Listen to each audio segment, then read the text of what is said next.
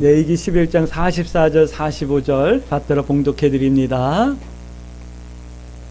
나는 여호와 너희 하나님이라. 내가 거룩하니 너희도 몸을 구별하여 거룩하게 하고 땅에 기는 길짐승으로 말미암아 스스로 더럽히지 말라.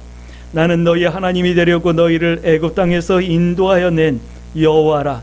내가 거룩하니 너희도 거룩할지어다. 아멘. 우리 서로 인사합니다. 참 잘 오셨습니다. 참 잘 오셨습니다. 항상 토요일 날 오후가 되면 우리 이미자 권사님이 문자를 줘요.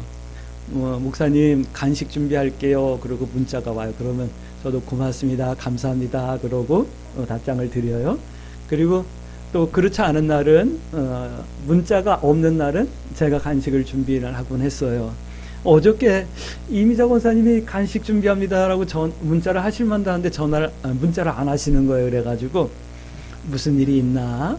바쁘신가? 어디 가셨나? 몸이 아프신가? 뭐 별 생각을 다 했어요. 그러다가 이제 간식을 제가 준비를 했습니다. 근데 최종적인 마무리는 제가 언제나 해야 되기 때문에 항상 그렇게 하거든요. 근데 아침에 와보니까 뭘 이만큼 들고 와요. 우리 유수자 권사님이랑 같이. 뭐예요 권사님 했더니만 유수자 권사님이 팥죽을 끓여가지고 내일이 동지라고 팥죽을 끓여가지고 간식을 들고 오셨어요. 그래서 둘 권사님 중에 한 분이 저한테 문자를 주셨어야 했는데 안 주셔가지고 간식비가 지출이 되고 간식이 두 번이나 이렇게 두 몫이나 이렇게 오게 됐어요. 근데 간식 준비하느냐고 우리 권사님은 마음과 정성을 무지하게 쏟아주셨을 거고 저도 한 6만원, 7만원 정도 간식비를 지출했는데 근데 6만원, 7만원 가지고 얻을 수 있는 이런 기쁨이 없어요. 이렇게 풍요롭고 이렇게 감사하고 이렇게 넉넉함이 있을 수 있는 이런 기쁨을 6만원, 7만원 가지고는 얻을 수 없잖아요. 얼마나 감사한지 몰라요. 참 감사하다 하는 생각이 들어요. 또 어저께는 우리 별이가 우리 성도님들 준다고 드린다고 선물을 사가지고 집에서 막 늦게까지 포장을 하고 그랬어요. 그래서 이렇게 다 갖다 싸놨거든요. 근데 또 오늘 정의건 집사가 들어오는데 또 막 양손 들고 들어와. 이 뭐야? 이제 선물이래요. 이 또한 얼마나 감사해요. 크리스마스 성탄절을 준비하면서 성도들을 생각하고 그들 향해서 마음을 내고 또 포장을 하고 기도를 하고 이 모든 것들이 하나님의 영광과 하나님의 사랑을 나누는 방법인 줄 저는 믿습니다. 그래서 우리 광주 새순교회가 큰 교회는 아니다 할지라도 넉넉하고 풍요로운 교회다라는 생각이 들어서 참 감사해요.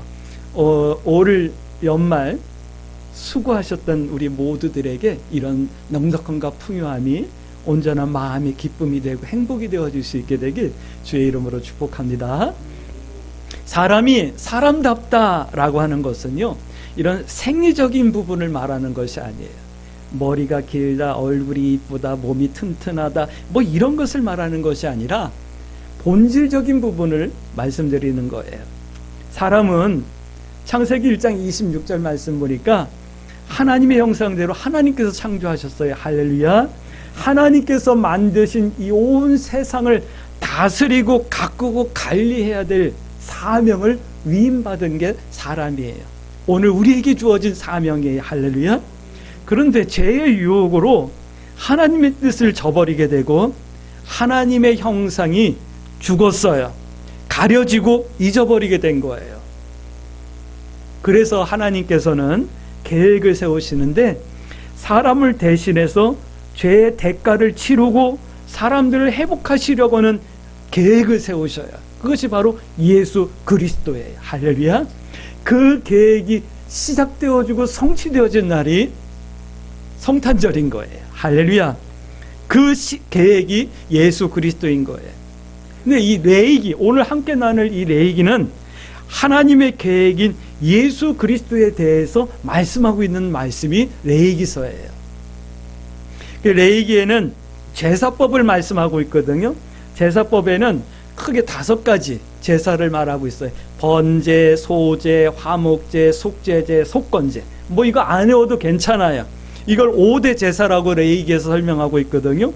근데 제사법에는요, 사람의 죄를 대신 감당하고 사람 다음을 회복하시는 예수님의 희생과 사랑이 기록되어져 있는 말씀이 바로 이 레위기서예요. 그러니까 제사의 형식을 통해서 말씀하시는 하나님의 계획을 볼 수 있어야 하는 거예요. 할렐루야.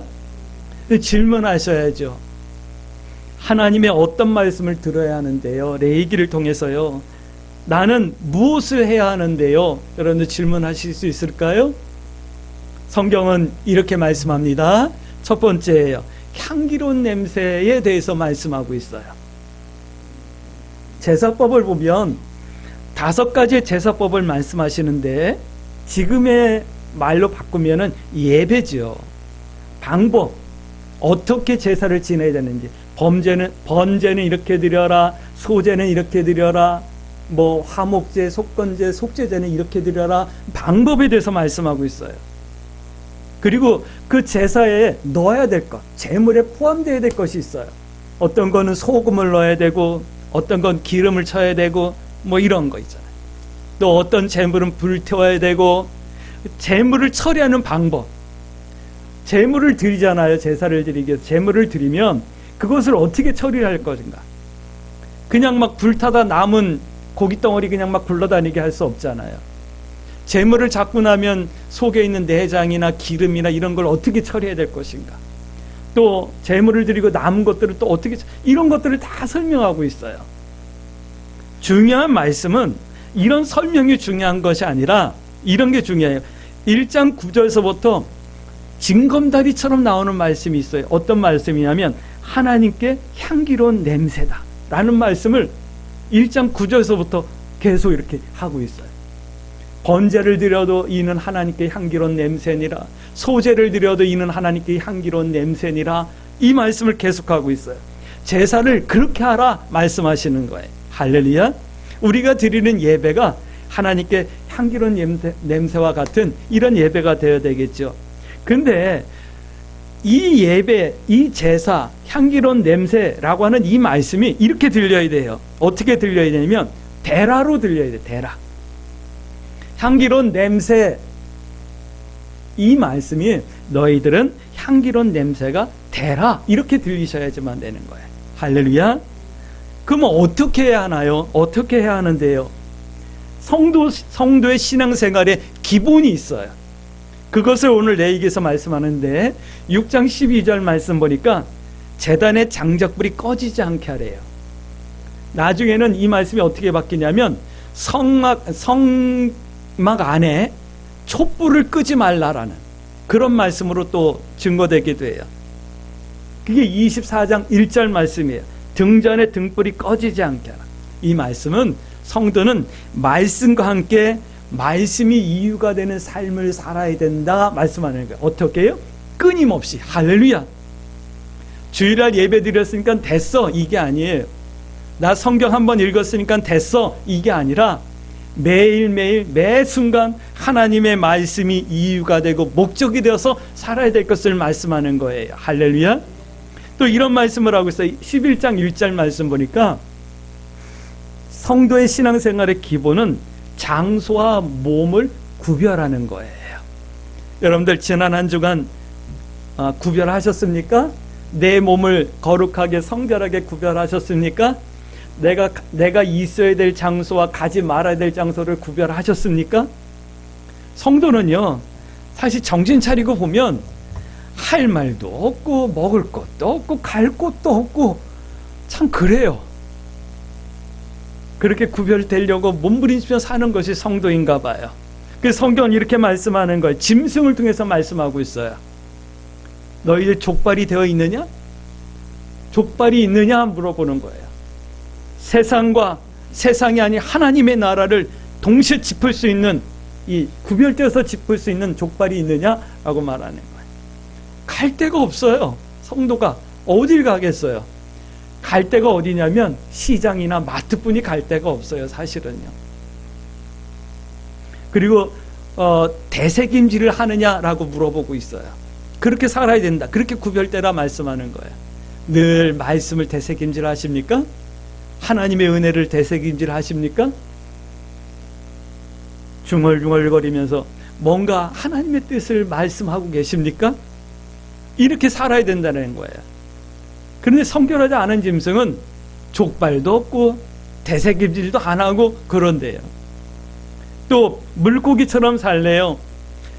거룩하고 성도가 먹을 수 있는 물고기는 두 가지가 있대요. 하나는 비늘이고 하나는 지느러미래요. 비늘은 물고기의 갑옷과 같고 옷과 같은 거예요. 제가 예전에 짓궂은 장난을 한번 한 적이 있어요. 제가 이렇게 아르바이트 하던 농장이 있었는데 바나나 농장이었어요. 바나나 농장이었기 때문에 난로를 많이 피워주잖아요. 그 난로 피워주는 그 일을 아르바이트를 했었거든요. 시간 되면 가가지고 연탄 150장 가는 거예요. 그 하루에 4번씩 가는 거였거든요. 근데 그 농장 안에 이렇게 수조를 만들어 놓고 이만한 잉어들을 키웠어요. 근데 그 잉어가 제 눈을 내 눈을 사로잡아가지고 제가 포크를 갖다가 나무에다가 칭칭 묶어가지고 포크 갖다가 그 잉어 한 마리를 찔렀거든요. 근데 이놈의 잉어가요, 포크가 안 들어가요. 그 비늘이요, 몇 번 찍으니까 비늘이 떨어지더라고요, 몇 개. 근데 충격을 먹었는지 빌빌거려가지고 결국은 찌르지 못하고 들고 나와서 잡아먹었거든요. 비늘이 그런 거예요. 세상이 공격해도 막아낼 수 있는 것, 그게 비늘이에요. 어떤 물고기는요, 그 비늘이 너무 크고 단단해가지고요, 그거 갖다가 액세서리를 만들기도 하더라고요. 여러분들, 세상이, 죄악이 나를 공격할 때 방어해낼 수 있는 그런 능력이 오늘 우리 광주 새순교 성도들에게 있어지길 주의 이름으로 축복합니다. 그런 성도의 삶을 살라라는 거예요. 근데 우리는 너무 약하잖아요.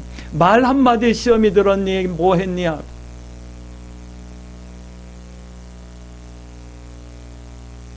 지느러미가 있나 또 물어보시는 거예요. 지느러미는요, 방향을 잡고 나가는 거예요. 지느러미가 없는 물고기는 그냥 꾸불텅꾸불텅 하는 거예요. 뱀장어나 뱀이나 뭐 이런 고기들은 하나님께서 거룩하지 않다라고 말씀하시잖아요. 왜요? 그건 지느러미가 없어요. 그냥 몸을 꾸불텅꾸불텅 하면서 움직이는 거예요.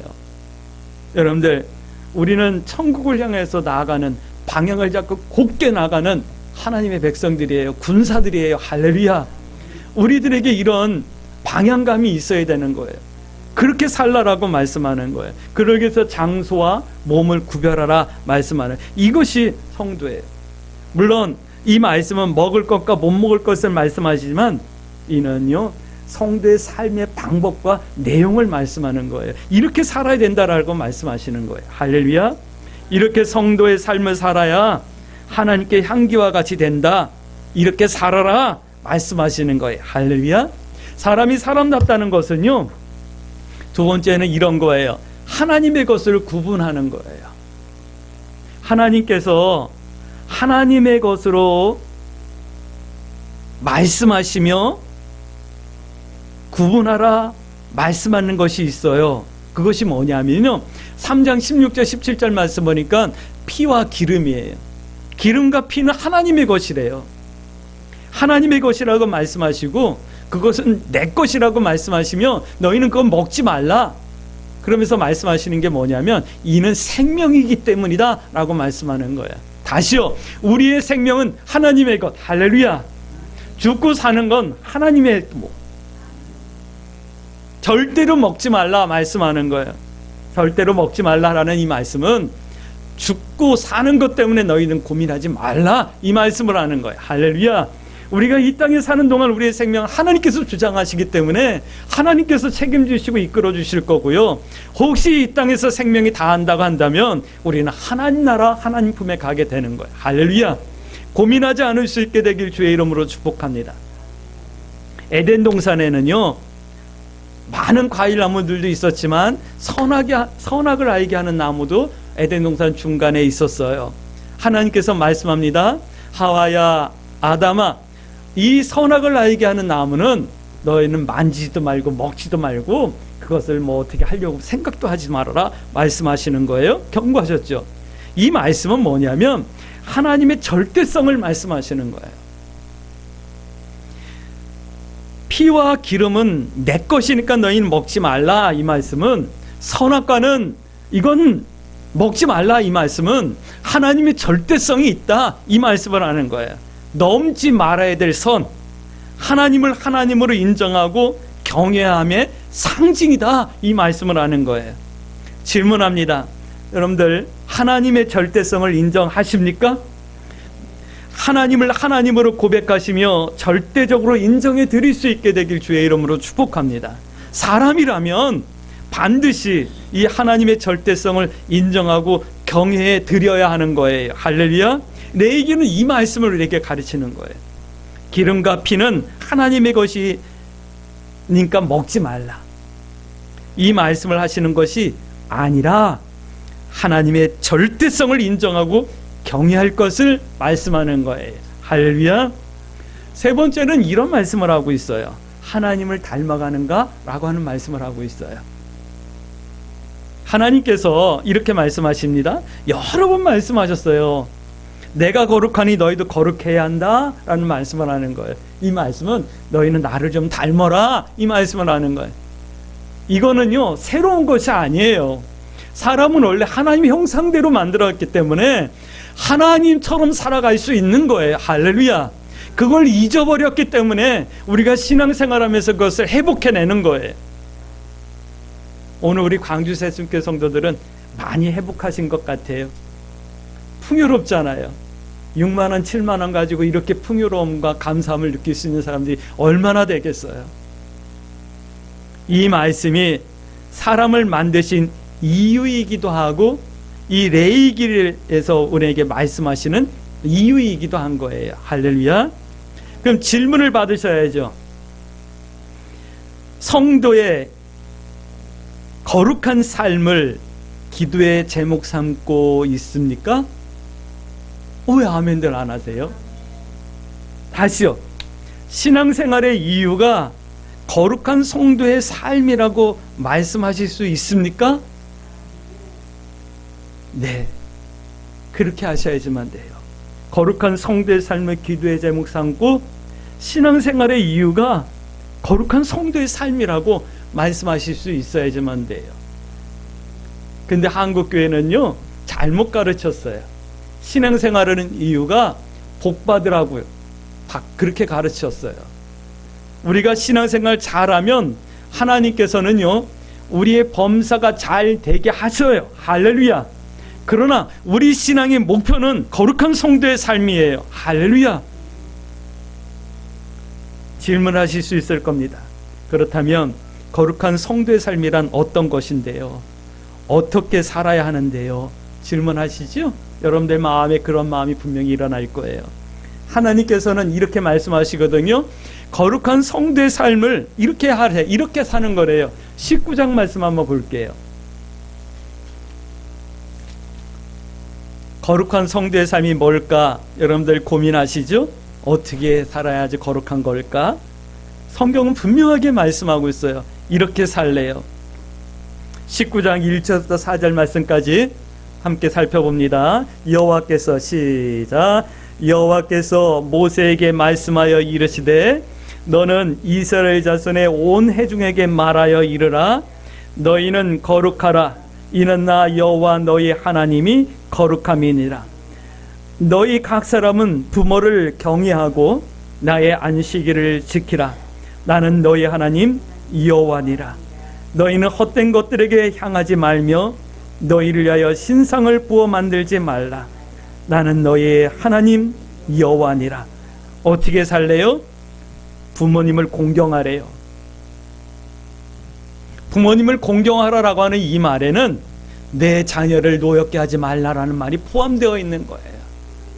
자녀들은 부모님을 공경하고 부모들은 자녀들을 사랑과 믿음으로 양육하는 것, 그리고 자녀를 위하여서 최선을 다해서 보살펴주는 것, 이게 거룩한 거래요. 그 다음엔 안식일을 기억하여 하나님 앞에 거룩히 지키는 거래요. 이것이 거룩한 성도의 삶이래요.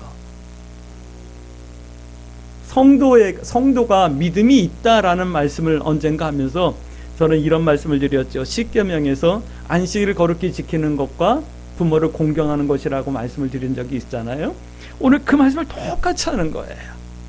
사랑하는 성도 여러분, 우리가 뭐 교회 가가지고 3시간씩 4시간씩 기도하는 것이 거룩한 삶이 아니라, 물론 그것도 뭐 거룩함의 일부일 수 있겠지만, 성도의 거룩은 부모를 공경하고 자녀를 사랑하는 거고, 안식일을, 주일을 기억하여서 거룩하게 지키며 예배의 삶을 살아가는 거예요. 이것이 성도의 거룩한 거예요. 오늘 우리 광주 새순교 성도 여러분, 거룩한 성도의 삶을 기도의 제목 삼고 거룩한 성도의 삶을 살아낼 수 있는 그런 성도들이 되어질 수 있게 되길 주의 이름으로 축복합니다. 그래서 이렇게 말씀하는 거예요. 마음, 뜻, 행함이 헛된 것들로 향하지 않게 사는 삶을 살라, 이 말씀을 하는 거예요. 이것이 사람다움이며 하나님 닮아가는 거예요. 이렇게 사는 것이 성도답게 사는 삶이다라고 오늘 레위기서는 우리에게 가르쳐주고 있는 거예요. 오늘 우리 광주 새순교 성도 여러분, 세상 사람들이 다른 교회에서 어떻게 가르쳤다고 어떻게 말하고 어떻게 표현하더라도 여러분들은 흔들리지 마셔요. 나는 성결한 믿음의 삶을 살기를 원해요. 그래서